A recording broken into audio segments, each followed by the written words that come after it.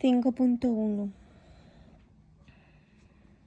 Vale. La imagen de resonancia magnética, IRM, es una técnica que implica las interacciones de los núcleos atómicos con los campos magnéticos y las ondas de radio. Resonancia. Entrar en resonancia, capacidad de absorber ondas de radiofrecuencia. Magnética. Presenta de un campo magnético externo durante la prueba. Y nuclear. Los protones del núcleo atómico son las partículas que intervienen en la formación de la imagen.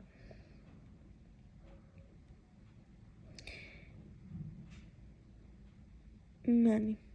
Para llevar a cabo una resonancia magnética necesitaremos 4 elementos: un imán que genera un campo magnético, núcleos atómicos, un sistema de radio y un transmisor, y un sistema informático que procesa la información, reconstruye y representa la imagen. Técnicas de análisis espectrofotométricos. Vale. Permite registrar algunos procesos metabólicos a través de un análisis espectrométrico, ERM, espectroscopia por resonancia magnética, y estudiar determinadas funciones cerebrales, cognitivas, motoras y sensoriales por resonancia magnética funcional, RMF. La espectroscopia es una técnica que se basa en las propiedades magnéticas de los núcleos atómicos y permite detectar la absorción o emisión de energía en formas de ondas. En física y química nos ofrece la composición de muestras o de moléculas o estudiar el movimiento y las estructuras moleculares. Técnicas de imagen para formar imágenes de resonancia magnética. La resonancia magnética se basa en la obtención de cortes seccionables del paciente a partir de señales que emiten los núcleos de hidrógeno de sus organismos cuando están sometidos a un potente campo magnético y son excitados con ondas de radio en una frecuencia determinada. Pasos principales a la hora de realizar un estudio. Ventajas de la resonancia magnética. Permite obtener planos tomográficos cortes en cualquier dirección del espacio. La resolución del contraste es mucho mayor que otros métodos de diagnóstico por la imagen. Buen manejo del contraste, ya que modificando parámetros de adquisición se puede manejar el contraste. Podemos determinar que un buen tejido puede verse claro, oscuro o en toda la gama de grises. Ofrece una buena resolución espacial. Permite el estudio de vascularización sin medios de contrastes o con medios de contraste sin yodo, por ejemplo el gadolinio. Pero hay que tener buen uso, ya que en pacientes con insuficiencia renal puede ser difícil. Ofrece información morfológica pero también funcional. Es inocuo, no es invasivo, los efectos biológicos son menores. Inconvenientes de la resonancia magnética: el precio de los equipos, la claustrofobia en pacientes, inducción magnética, el ruido acústico, no se detecta el calcio, limitaciones en pacientes portadores de marcapasos, neuroestimuladores, prótesis. El fundamento físico del equipo de resonancia magnética está basado en electromagnetismo y radiofrecuencia. El electromagnetismo es el funcionamiento de la resonancia magnética. Se basa en el concepto de electromagnetismo, que estudia las interacciones entre campos eléctricos y magnéticos. Y ya sabemos que una carga eléctrica en movimiento crea a su alrededor un campo magnético. Y un campo magnético variable genera una corriente eléctrica, que se conoce como corriente inducida. Vale. La intensidad del campo magnético. Al campo magnético generado por un flujo de una corriente eléctrica se le denomina BO. La intensidad del campo magnético resultante, BO, B0, será proporcional a la intensidad de la corriente eléctrica que pasa a través del conductor y se calcula con la fórmula BO igual a K por L. Si se aumenta la intensidad de corriente, aumentará la intensidad del campo magnético. Un campo magnético es una magnitud vectorial. Esto quiere decir que es una magnitud que viene determinada por 3 dimensiones: intensidad, dirección y sentido. Interacciones del campo magnético. Si pasa una corriente eléctrica a través de 2 cables paralelos en sentidos opuestos, los campos magnéticos irán en sentido opuestos y se anularán. El campo magnético resultante será cero, por ejemplo. Interacciones del campo. Al utilizar un cable enrollado en espiral, las espiras están actuando como cables paralelos, con corriente circulando en la misma dirección. Por tanto, el campo magnético resultante es de mayor magnitud. Este dispositivo se llama solenoide. En el solenoide se introduce una pieza de hierro con propiedades ferromagnéticas que tiene un efecto multiplicador de la intensidad del campo magnético. Este dispositivo se denomina electroimán. Resistencia. La intensidad del campo magnético V0 viene determinada por la intensidad de corriente eléctrica, pero es importante tener en cuenta un factor, la resistencia. La resistencia que presenta el cable o hilo conductor en los electroimanes, puesto que van a influir en la intensidad de la corriente y por tanto en la intensidad del campo magnético. Podemos diferenciar entre electroimanes resistivos y electroimanes superconductores.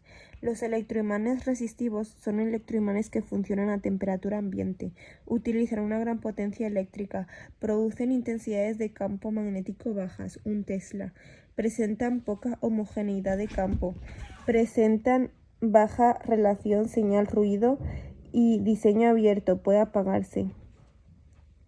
En los electroimanes superconductores tienen que tener una temperatura baja, menos 269 grados o 4K, para reducir la resistencia a cero. Es necesario el proceso de superenfriado. Producen intensidades de campo magnético altas, 3 teslas, y presentan gran homogeneidad del campo, presentan excelente relación señal-ruido, pero el precio es elevado, la claustrofobia y difícil apagado. En la resonancia magnética, el imán presente en la máquina es un electroimán superconductor. Radiofrecuencia. Espectro electromagnético. Las ondas electromagnéticas son vibraciones transversales de campos eléctricos y magnéticos. Oscilan en un ángulo recto con respecto a la dirección de desplazamiento de ondas y se desplazan a la velocidad de la luz y cumplen el principio de dualidad, por lo que se comporta como ondas o cuantos de energía, también llamado fotones.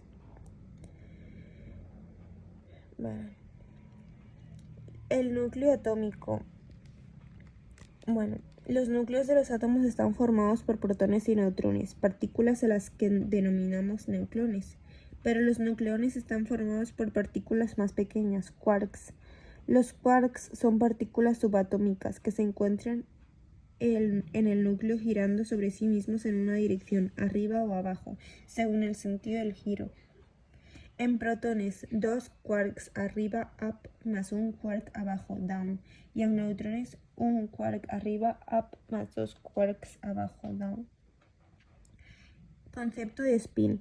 El spin es una propiedad intrínseca de las partículas y hace referencia al momento angular intrínseco del valor fijo, movimiento giratorio de las partículas alrededor de su eje.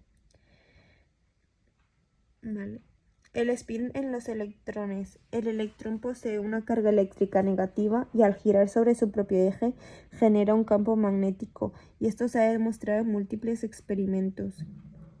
Spin en nucleones, o sea, en protones y neutrones. Los nucleones están formados por quarks que giran en un sentido u otro. El spin total de un átomo es la suma de los spines de todas las partículas subatómicas que lo forman.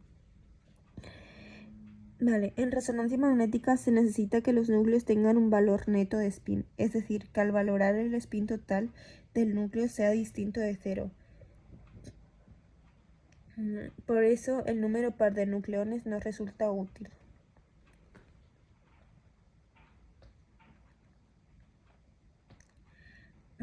Recordemos que los protones tienen carga y los neutrones no tienen carga. Momento magnético. Es una magnitud vectorial que nos define cómo es el campo magnético resultante. Este concepto es distinto de la intensidad del campo magnético externo. En el sentido del campo magnético externo, V0, estado de baja energía, spin up. En el sentido opuesto al campo magnético, V0, estado de alta energía, spin down. Efectos de los campos magnéticos sobre los núcleos atómicos. Lo más probable es que se alineen en el sentido V0, spin up, ya que necesita menos energía, pero no se alinean todos. Podemos encontrar algunos protones que se pongan en spin down. Como la mayoría de protones se alinean en V0, la magnetización neta coincide con el sentido del campo magnético. Todo esto dependerá de la intensidad del campo magnético o la temperatura. A menor temperatura, mayor magnetización.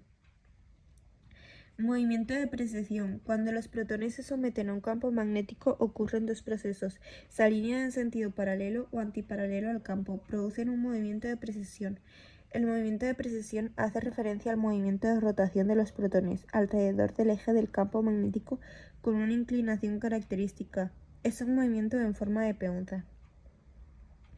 El movimiento de precesión hace referencia al movimiento de rotación alrededor del eje del campo magnético. Vale. Se puede calcular la velocidad de los espines que los espines completan esta rotación con la frecuencia de precesión, y la velocidad de giro o frecuencia de precesión sigue la ecuación de Larmor. A medida que se incrementa la intensidad del campo magnético, aumenta la frecuencia de precesión.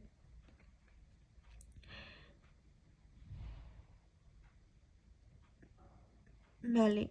El movimiento de precesión es útil para conocer las frecuencias de los protones y poder ajustar los pulsos de ondas de radiofrecuencia, ya que deben de tener frecuencias concretas que correspondan con las frecuencias de precesión de los protones de hidrógeno y que dependerá de la intensidad del campo. Excitación nuclear. Pulsos de radiofrecuencia. Cuando se emite el pulso de radiofrecuencia, los núcleos de los átomos preceden a esta misma frecuencia, entran en resonancia, absorbiendo energía que les permitirá pasar de un estado up paralelo a un estado down antiparalelo. Este proceso se denomina excitación. Vale. Pulso de 90. La magnetización neta queda orientada en el plano transversal. La proporción de protones en posición down igual a la posición up. Estado de saturación. Pulso en 180. La magnetización queda orientada en el eje Z, pero en sentido contrario al V0, o sea, al campo de esto. Mayor proporción de protones en posición down. Pulso inverso. Vale. ¿Qué ocurre cuando cesa el pulso de radiofrecuencia? Relajación. La relajación se trata de volver a la magnetización neta inicial de equilibrio, liberando energía en forma de ondas de radiofrecuencia. Caída libre. La energía que se libera en los núcleos dependerá de las características histológicas, químicas. Esa información corresponde a un voxel. Esos efectos de relajación producirán diferencias en el contraste y la intensidad entre los diferentes tejidos que forman la imagen. Potenciaciones. Las potenciaciones son procesos que tienen como finalidad obtener información de los tejidos resaltando aquella información que nos interese. Es decir, cuando los protones se relajan, cada tipo de tejido se va a visualizar en la imagen con un contraste y una intensidad. Pero puede variar la configuración de la máquina para información o señal que recibamos. Información de cada píxel dependa de densidad protónica, relajación en plano longitudinal Z, T1, relajación en plano longitudinal Z, T2 y T2 asterisco, relajación en plano transversal XY. Potenciaciones. Densidad protónica es la medida de la cantidad de protones de hidrógeno que hay en un volumen determinado. A mayor número de protones en un voxel, mayor vector de magnetización y mayor señal se emitirá durante la relajación. Aquellos volúmenes con mayor densidad protónica serán más brillantes en la imagen final. Potenciaciones. Relajación longitudinal T1, proceso conocido como relajación spin-ret, hace referencia al tiempo que tarda la magnetización longitudinal en recuperar el valor original. En concreto, este valor se mide justo cuando se ha recuperado la magnetización al 63%. Factores: estructura y composición tisular, cohesión molecular y concentración del agua en el tejido. Vale. Cuanto más ligadas estén las moléculas, más corto es el tejido. Potenciaciones. Relajación longitudinal T1. En la imagen de resonancia magnética, los tejidos que aparecen claros tienen un T1 corto, mientras que los que aparecen oscuros tienen un T1 largo. Potenciaciones. Relajación transversal T2 y T2 asterisco, también conocido como relajación spin-spin. T2 es el valor que nos indica el tiempo transcurrido en la pérdida de la magnetización transversal, generalmente más rápida que la relajación longitudinal. En concreto, este valor se mide justo cuando la pérdida de magnetización es al 37%. T2 asterisco es el valor que nos indica el tiempo transcurrido en la pérdida de la magnetización transversal, teniendo en cuenta que no solo la relajación de los tejidos, también las asincronías del campo magnético y las variaciones locales. Aunque los protones se someten al mismo campo magnético, no es totalmente homogéneo y pueden aparecer diferentes frecuencias de precesión.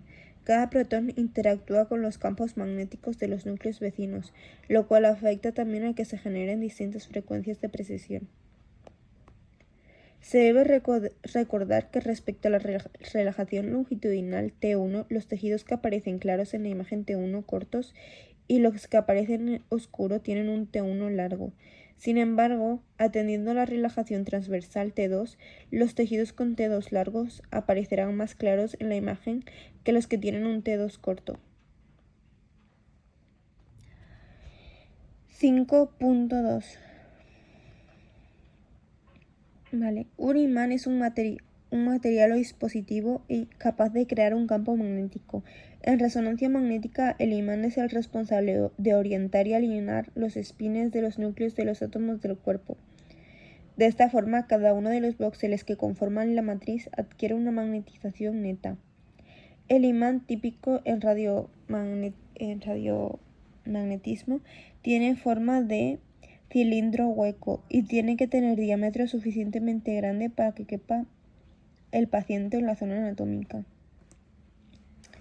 Bueno, los imanes los podemos dividir según la intensidad del campo magnético que generan, bajo, ultra bajo, medio, alto, muy alto, según el funcionamiento, permanentes. Los permanentes tienen materiales ferromagnéticos que no consumen energía, muy pesados y baja relación señal-ruido, bajo coste, homogéneos y poco mantenimiento, ultra bajo o bajo.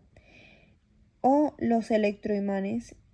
Se regula el campo magnético mediante el paso de corriente, medio, alto y muy alto. También los podemos dividir según el tipo de material conductor que se utilice. Resistivos. Suelen ser de cobre, consumen mucha potencia eléctrica, es muy caro. Circuitos de agua para refrigerar el calor. O los superconductores, altos y muy altos, aleación de titanio, niobio, helio líquido para mantenerlos a menos 270 grados.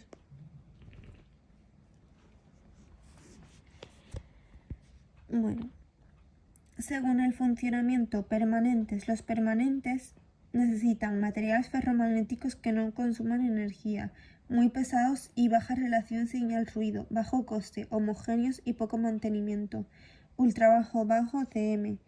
Electroimanes. Se regula el campo magnético mediante el paso de corriente, medio, alto y muy alto. según el tipo de material que se utilice. Resistivos. Cobre, consume mucha potencia eléctrica, caro. Circuitos de agua para poder refrigerar el color. Superconductores, muy caro, muy alto. Hielo líquido para mantenerlos a menos 270. Aleación de titanio niobio. Vale. En los imanes superconductores se utilizan bobinas sumergidas en helio líquido para su refrigeración. Vale. Para mantener la temperatura del helio suele haber una especie de recipiente de nitrógeno líquido.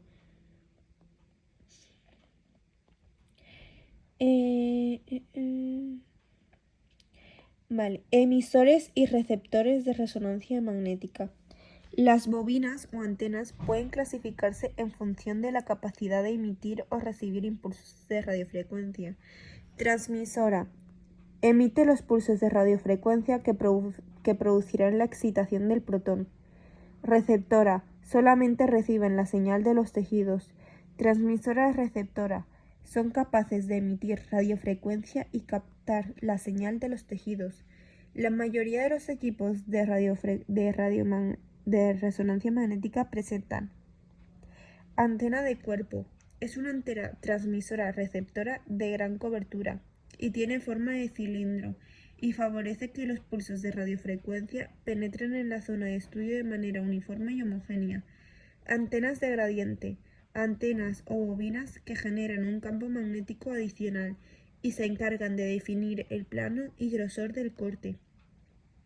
Antenas externas que se colocan directamente en el paciente. Son principalmente receptoras y presentan una gran relación señal-ruido, ofreciendo mejor resolución, aunque es cierto que no son capaces de detectar en gran profundidad la señal y son menos homogéneas. Utilizar este tipo de antenas supone un procesamiento de la señal más complejo.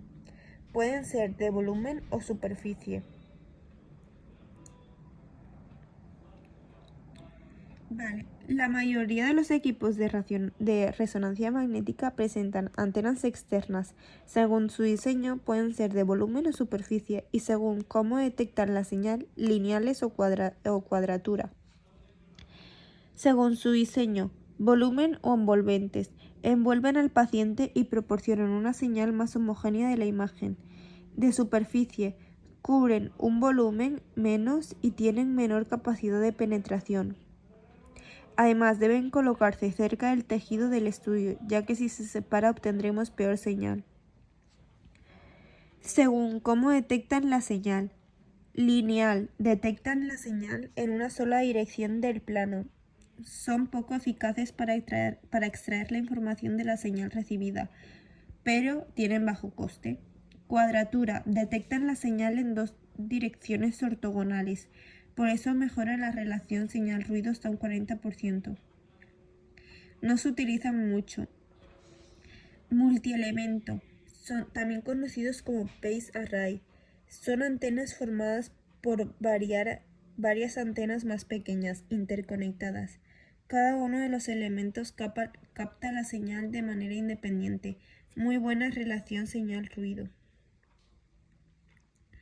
Vale. Emisores y receptores de la resonancia magnética.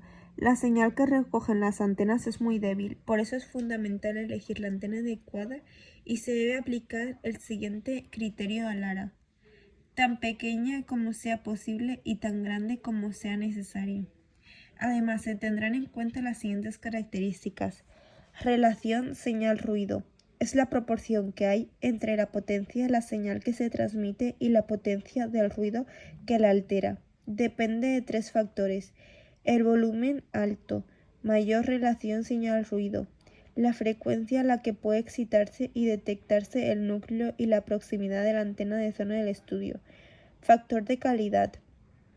Es la capacidad de discriminar las frecuencias que deben recibir o no la antena, es decir, resonar a una frecuencia específica. Cuanto mejor se discrimine, habrá mayor factor de calidad. Sensibilidad es el nivel mínimo capaz de detectar la antena. Mayor sensibilidad cuando se detecta señales más débiles. Las bobinas de gradiente se encargan de generar un campo magnético adicional. variando así la intensidad del campo en una dirección espacial, definiendo un plano y un grosor de corte. El nuevo campo magnético generado por los gradientes es mucho más pequeño en comparación con el B sub 0.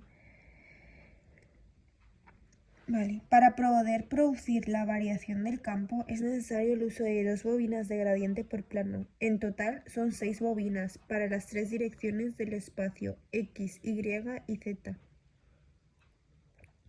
Y las de gradiente son transmisoras y receptoras. El Bo es la intensidad del campo magnético. Se mide en teslas.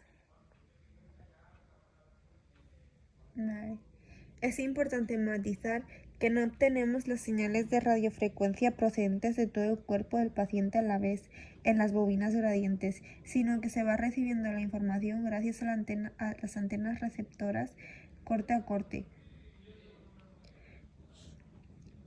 El gradiente GZ para cada voxel emitirá un pulso de radiofrecuencia para seleccionar el plano del corte. Todos los núcleos que se encuentran en ese plano procesarán una determinada frecuencia y para ello se enviará un pulso de radiofrecuencia determinado por un ancho de banda, bandwidth, centrado alrededor de la frecuencia de resonancia. El gradiente GI o gradiente codificación de fase se encarga de aplicar radiofrecuencia a cada fila. Cada fila recibirá una secuencia diferente. Todos los que estén en la misma fila reciben la misma frecuencia. Y los átomos de esa fila perderán la fase respecto al resto y volverán a alinearse con el campo magnético principal, el B sub 0. El gradiente GX o gradiente de codificación de frecuencia aplica una nueva señal de radiofrecuencia perpendicular a Gray para diferenciar la señal de cada voxel dentro de la fila, es decir, agrupa los voxeles por columnas, haciendo que se relajen a frecuencias distintas en función de la columna en la que se encuentra. Este proceso hay que repetirlo tantas veces como filas hayas. Las señales captadas por antenas receptoras se transforman en señales de frecuencia gracias a las escalas cromáticas y después volverán a transformarse en códigos para formar imágenes digitales. La función matemática encargada de codificar las señales de cada voxel teniendo en cuenta las ubicaciones en las filas y columnas es la transformada de Fourier. Esta función permite transformar datos de frecuencias en datos de dominio de las coordenadas espaciales otra vez.